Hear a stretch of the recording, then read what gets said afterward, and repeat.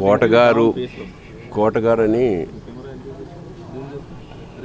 ఆయన మేము ఆప్యాయంగా పిలుచుకునేవాళ్ళం.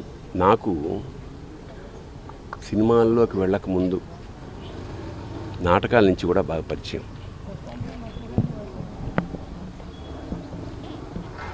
ఆయనతో కలిసి నాటకాలు వేసిన వాడిని నేను.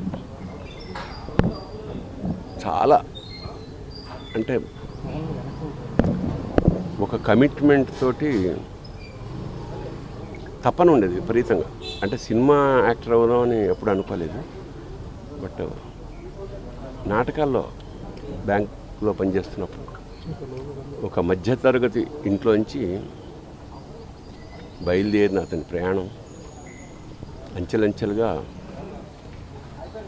One of the best villains of Telugu industry.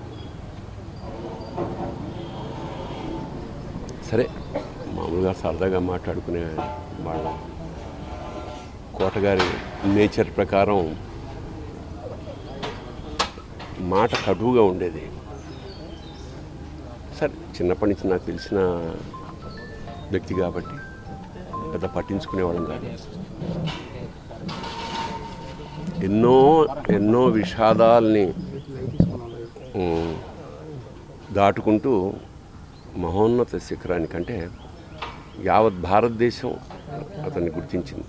Tamil, Hindi industry కూడా అలా ఒక అనుకున్నది సాధించాడు. ఇప్పుడే అదే చెప్పుకుంటున్నాం, మా అనుభవాలు. దాదాపు 50 ఏళ్ల సాహచర్యం అది.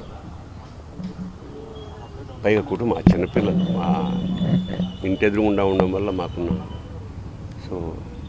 కుటుంబంతో కూడా చాలా అనుబంధం ఉంది. అలాంటి కోట శ్రీనివాసరావు ఇవాళ వెళ్ళిపోయాడంటే ఒక శూన్యం. కోట శ్రీనివాసరావు గారి స్థానం మాత్రం ఇంకెవరు పూరించలేరు, అది సత్యం.